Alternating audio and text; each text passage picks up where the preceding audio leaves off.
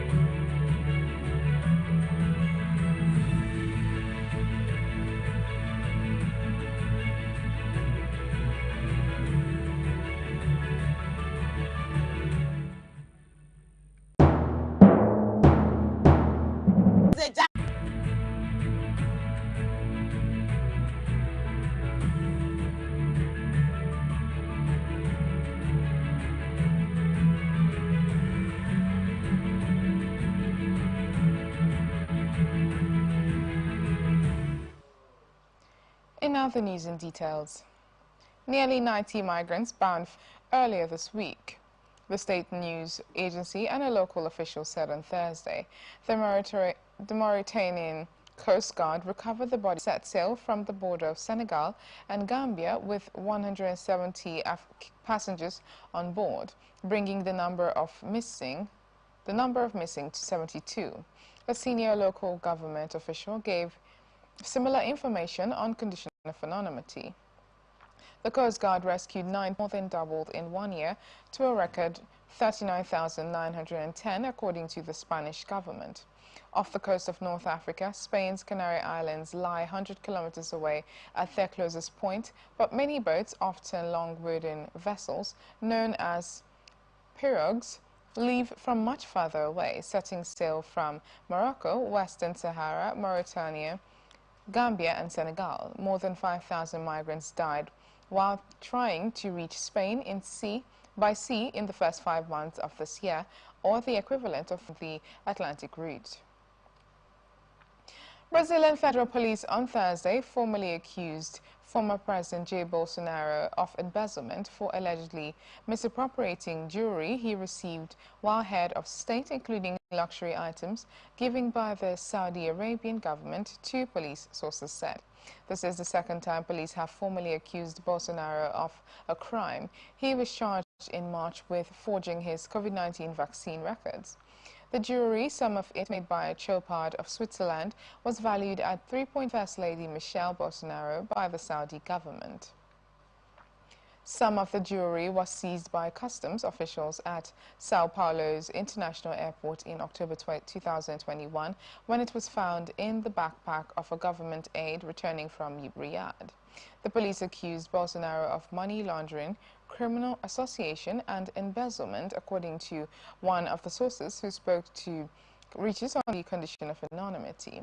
Brazil's federal police did not immediately respond to requests for comment. Bolsonaro's lawyer did not return calls requesting comment. His legal defense had previously denied the former president had committed any crimes. His eldest son, Flavio, who is a senator, wrote on Thursday in his account on social media platform X that Bolsonaro was being persecuted in an investigation authorized by Supreme Court Justice Minister Jury in the United States. 60 in favor, 36 against, and 11 abstentions. Peru's Congress passed into serious abuses. There are military and police officers aged 80, 85 and 90 who are unjustly imprisoned and others who are unjustly prosecuted for an undue application of crimes against humanity, said Fernando Rospigliosi, a congressman for the right-wing Popular Force Party. The FP is led by Keiko Fujimori, who promoted the law and is the former daughter of President Alberto Fujimori, 85, who was last year released from prison after serving 16 years for human rights abuses during his decade-long rule in the 1990s. The Inter-American Court of Human Rights this week urged Peru to annul or block the law, but the government of President Dina Boluarte swiftly rejected this and blasted it as interference. "I am absolutely outraged," Prime Minister Gustavo Adrianzan told journalists on Wednesday, referring to the court issuing a precautionary measure in the most unusual way and without any precedent in jurisprudence. The law needs to be signed by the President before implementation. Boluarte is expected to do so in the coming days. Rights groups say the law would cut short dozens of investigations into human rights abuses committed before 2003, when fighting between security forces and rebel groups left 69,000 people dead or missing at the end of last century. Those who can benefit most immediately from the law are former President Fujimori, said Ivan Montoya, a law professor at the Pontifical Catholic University of Peru. Mexican President-elect Claudia Sheinbaum on Thursday named Omar Garcia Harfuch to be her security minister in a bid to repeat the successes in fighting crime she achieved as mayor of Mexico City. Garcia Harfuch, who served as Sheinbaum's security chief when she ran the capital from 2018 to 2023, was credited with halving the homicide rate in the city. In 2020, he survived an assassination attempt in which he was shot in the shoulder, collarbone, and knee. We will strengthen the intelligence and investigative capabilities of the Mexican state, Garcia Harfuch said in a brief speech after being nominated. He also vowed to further empower the National Guard, a federal security force created by outgoing President Andres Manuel López Obrador, which has been criticized for failing to tackle organized crime. More than 186,000 people have been murdered during the term of López Obrador, making it the bloodiest of any Mexican presidency on record as drug-related violence continues to plague the country. The government has, however, pointed to a decline in the homicide rate in the past couple of years. Sheinbaum belongs to López Obrador's Morena party and has said she plans to continue his main policies. She takes office on October 1st before the June 2nd election, which Sheinbaum won by a landslide. Her advisors said she wants to reduce Mexico's murder rate by 2027 to around 19.4 for every 100,000 residents, which would put it on a par with Brazil from the present rate of 23.3 homicides per 100,000. To achieve this, her advisor said she plans to double the number of federal investigators to 8,000, increase National Guard troops to 150,000 from around 120,000, decrease impunity through a judicial reform, and create youth education and community programs. On Thursday, Sheinbaum also named current Security Minister Rosa Isela Rodriguez to be her interior minister in a significant piece of continuity with the current administration. As Interior Minister, Rodriguez will take on the important task of liaison between the federal administration and state governments. Current head of the ruling Morena party, Mario Delgado, was named as her education minister, while Ariadna Montiel will continue as well-being minister, Sheinbaum announced. Ecuadorian police said on Thursday that 49 kidnapping victims were rescued from the Los Lobos crime gang in the mining region of the southern Azuay province. An earlier statement by the armed forces had said 46 people were rescued and that another 5 had been found killed, 4 of them dismembered. Ecuador is still struggling amid spiraling violent crime, prompting President Daniel Noboa several times to declare states of emergency under which military forces patrol streets and jails. He has also designated 22 crime gangs as terrorist groups. 49 citizens who were victims of kidnapping in mining areas were released and 2 people linked to this crime were arrested. Ecuador's police said in a message posted on social media platform X, more than 20 people opened fire on soldiers during the operation. Ecuador's army said in a message posted on X on Wednesday, though it added that no one had been hurt.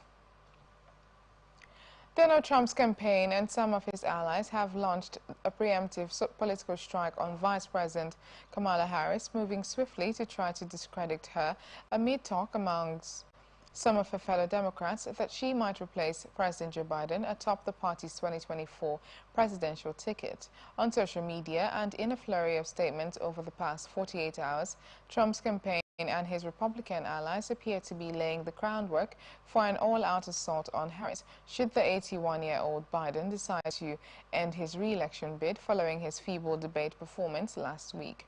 While Biden has insisted he is not quitting the race 4 months before the November 5th election, and Harris has stood firmly behind him, the Trump campaign has little to lose by attacking the vice president now, so that if Harris does emerge as the nominee, she might do so in a weakened state. Republicans have regularly criticized Harris, 59, during Biden's term in office, but the attacks this week represented a sharp and seemingly coordinated escalation that appeared to be linked to increased talks about her possibly replacing Biden as the Democratic presidential candidate.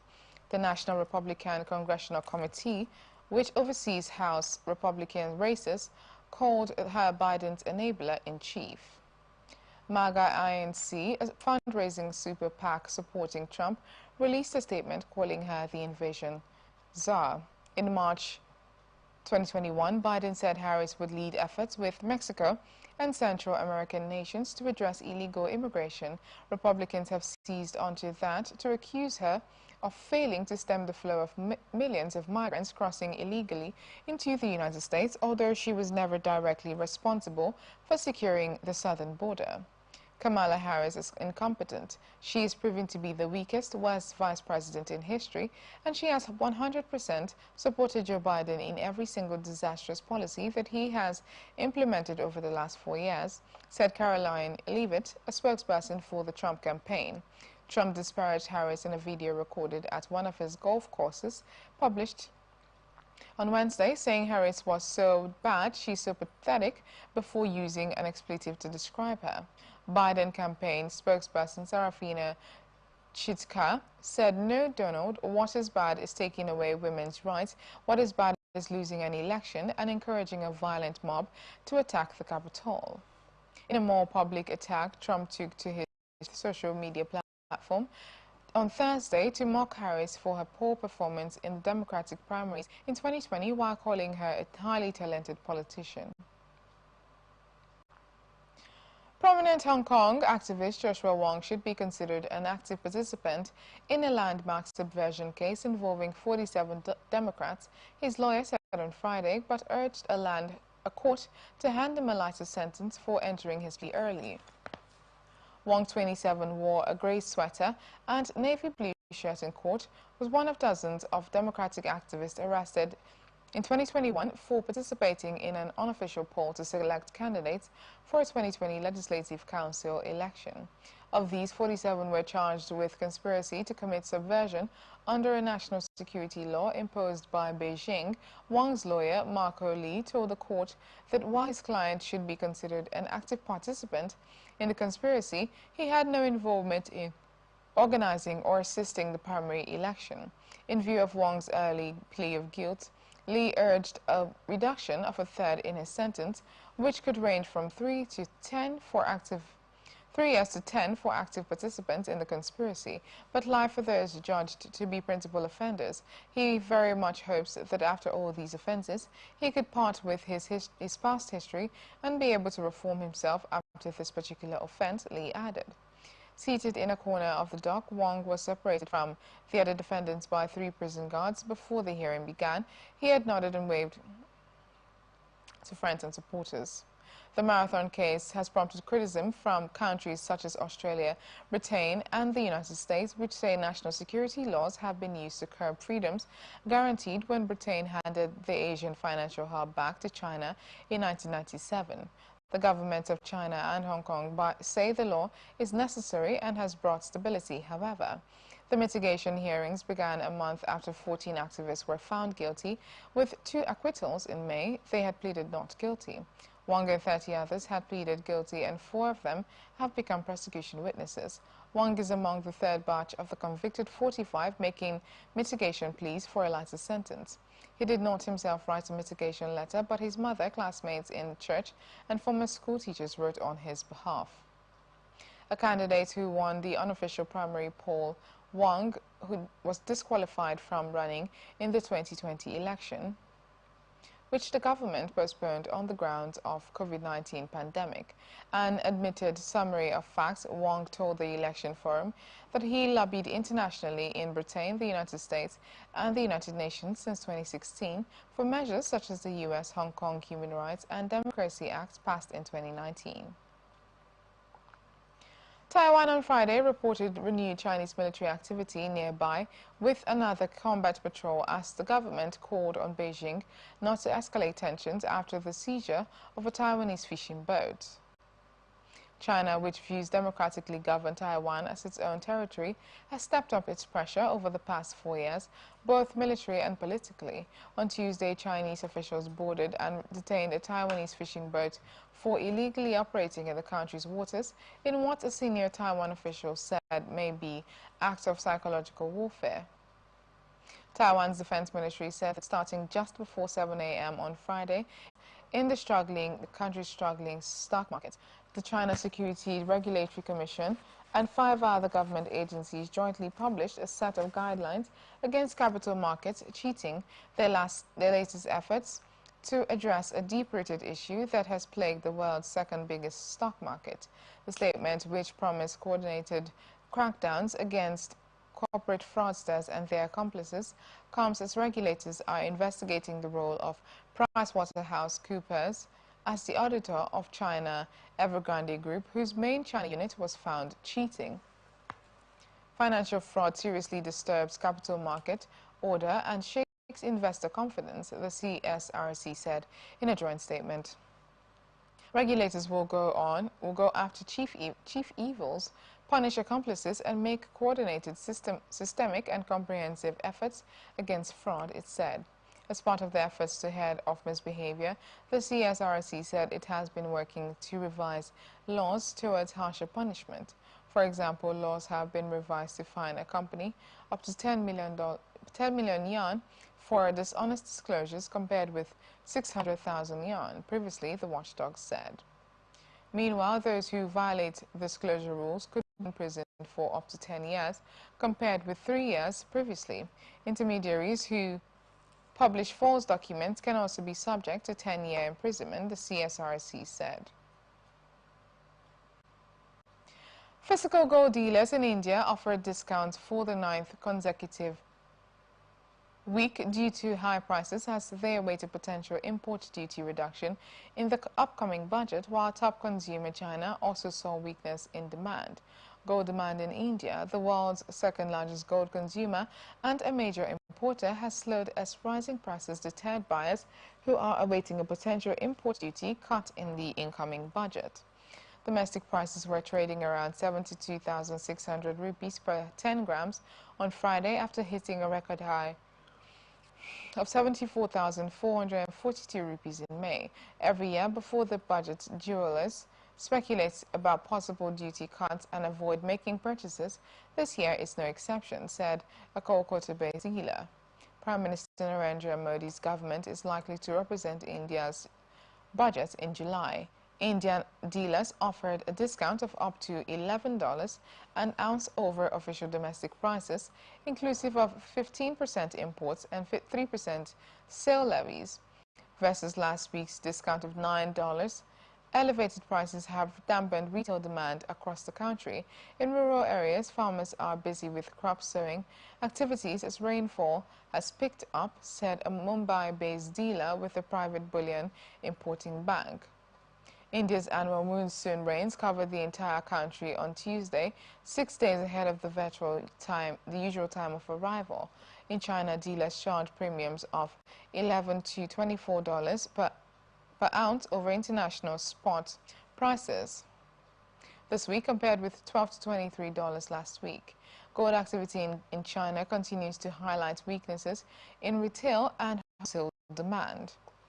Judging by latest data, as high prices weigh on it, Hugo Pascal, precious metal trader at Improved, said meanwhile gold was sold at par to $3 premium in Singapore and at par to $2 premiums in Hong Kong. We are seeing greater customer interest in sales and inquiries in silver bars and coins, partly due to higher gold prices, said Vincent Tai, sales manager at Singapore dealer silver bullion. In Japan, bullion was sold at par to $0.50 premium. The Bank of Japan will highlight how wage hikes are broadening across companies, including at smaller firms, in a report later this month. Sources familiar with its thinking said a move that helps make the case for a near-term interest rate hike. The findings, which will be featured in an annex of a regular quarterly report analyzing regional Japanese economies, will be based on surveys and hearings conducted by the central bank's nationwide branch offices. Both the main report and the annex will likely highlight how an increasing number of small and mid-sized firms are raising salaries. Three sources said a sign of broadening wage increases that we are a prerequisite for hiking interest rates. The results will be among factors of the BOJ will scrutinize at its next policy-setting meeting on July 30th to 31st, when the board will issue fresh quarterly growth and inflation forecasts. The BOJ's regional reports will be released on Monday when a brand manager holds a quarterly meeting in Tokyo. The annex will likely be released at a later date, the sources said. The BOJ entered 8 years of negative interest rates in March on the view that rising wages will likely keep inflation sustainability around its 2% inflation target. Core consumer prices rose 2.5% in May from a year earlier, staying above the BOJ's target for more than 2 years. BOJ Governor Kazuo Ueda has signaled the chance of more rate hikes if wage increases, prodding and prod companies to raise service prices, thereby pushing underlying inflation towards 2%. Many market players expect the BOJ to raise interest rates from current near-zero levels this year, though they are divided on whether it will happen this month or later. A survey released on Wednesday by Japan's largest union, Rengo, showed companies offered to hike pay by 5.10%. On average, the biggest increase in 3 decades this year, but small firms' pay increase at 4.45% was less than a 5.19% rise offered by their bigger counterparts. There is uncertainty on whether much small speak to local businesses executives regularly.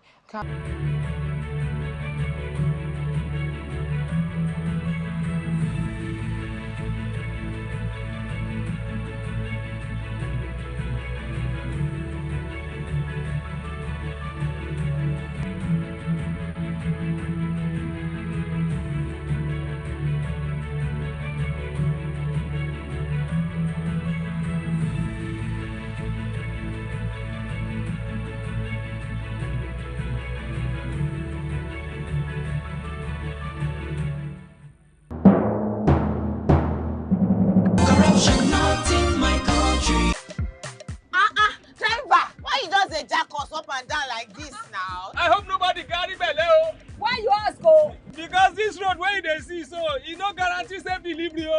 We just dey vote for government, but we not get good governance. At all. Road so e no dey. Light usa. The infrastructure unko. Like that. Hello? Are you there? I'm hearing you. Yes. We saw a copy of your invoice for computers, printers, and laptops. So, please don't call. We found the laptop you said is 1.8 million naira for 600,000 naira. Hello? Now my body network there. A runoff presidential election that will test the clerical rulers' popularity amid voter apathy at a time of regional tensions and a standoff with the West over Tehran's nuclear program. State TV said polling stations opened their doors to voters at 8 a.m. local time. Polling will end at 6 p.m. but are usually extended until as late as midnight. The final results will be show support for the system has eroded amid growing public discontent over economic hardship and curbs on political and social freedoms. Only 48% of voters participated in the 2021 election that brought Raisi to power, and turnout was 41% parliamentary election in March. Keir Starmer vowed to rebuild Britain as its next Prime Minister after his Labour Party on Friday surged to a landslide victory in a parliamentary election, ending 14 years of tumultuous Conservative government. The centre left a massive majority in the 650-seat parliament. Rishi Sunak's Conservatives suffered the worst performance in the party's long history as voters punished them for cost of living crisis, failing public services and a series of scandals. We did it, Sam said in a victory speech. Change begins now. We said we would end the chaos, and we will. We said we would turn the page, and we have. Today we start the next chapter, begin the work of change, the mission of national renewal, and start to rebuild our country. The election result has upended British politics. Labour won some 410 seats, an increase of 210, while the Conservatives, the Western Wales' most successful party, lost about 215 senior ministers and former Prime Minister Liz Truss. The Scottish National Party imploded, losing 38 seats, ending its own decade of dominance in Scotland and leaving its dream of independence for Scotland in tatters, while conversely the Irish nationalists, Sinn Féin, became Northern Ireland's largest party for the first time. Meanwhile, the populist right-wing Reform UK party, headed by Nigel Farage, the colourful Brexit campaigner and friend of Donald Trump, won more than 4 million votes, while it secured only 4 lawmakers its impact on the outcome by siphoning vast tracts. Parties across the political spectrum urged French voters to vote massively on Sunday to tilt the outcome either way, as opinion polls forecast the far right would be the largest party, but fall short of an absolute majority. Marine Le Pen's Eurosceptic anti-immigration national rally topped the parliamentary election's first round, with a third of the vote opening the prospect of the far right leading a French government for the first time since World War II. But after whoever is best placed to beat the far right, several surveys 5 seats and President Emmanuel Macron's centrist bloc with 130 to 162 seats. On paper, but not so good in the field, said a NATO official speaking on condition of anonymity, and referring to munitions such as 155mm artillery rounds, which are in short supply globally to deviate from the standard, meaning there are different types of 155mm ammunition. The different rounds can still be used in all howitzers, but operators need to enter the specification of the shells when loading them into the weapon or risk them missing their target by as much as 50 meters or 60 meters, according to artillery experts. The specifications are registered in tables that operators use, but officials say companies sometimes do not provide all the necessary data, something NATO aims to change. It also aims for more common standards, which would mean simpler and shorter tables. Sunak said whatever their disagreements, he respected Starmer as a decent, public-spirited man. He and his family deserve the very best of our understanding as they make the huge transition to their new lives behind this door, he said. Sunak's tone marked a stark contrast to his approach to the campaign when, increasingly desperate as the opinion polls refused to budge, he tore into Starmer, warning the Labour leader would hike taxes, hammer the economy and threaten its security. It is important that after 14 years in government, the Conservative Party rebuilds, but also that it takes up a crucial role in opposition professionally and effectively. Former Prime Minister Liz Truss and Defence Minister Grant Shapps were among a record number of senior ministers to lose their parliamentary seats as the governing Conservative Party was swept from power in Britain's election. Penny Mordaunt, leader of the House of Parliament and touted as a possible future Conservative leader, was another of the 12 senior ministers voted out, surpassing the previous record of 7 in 1997 when Tony Blair brought Labour to power in a landslide election victory. A man who handed himself in to the police has been charged over the alleged theft of a gorilla statue from a retirement village in Melbourne's north. The gorilla, a 1.5-meter guardian ornament named Gary, disappeared from Leith Park Retirement Village at St. Helena on 6 June. Police allege Gary was taking off his perch of a tree stumps loaded onto a vehicle and driven away, which they said left residents devastated. The statue was returned on Wednesday afternoon after the police air wing spotted it in the yard of a reservoir property about 20 minutes drive away. First Const Andrew Vashti acknowledged it was a strange case and could not explain why anyone would steal the community mascot. That is the million-dollar question, isn't it? She told reporters. Officers raided the home on Monday, seizing Gary along with a 33-year-old Hildeberg Heights man made himself known to the police after significant news coverage of Gary's return home. Police interviewed the man on Friday morning and charged him with driving while disqualified.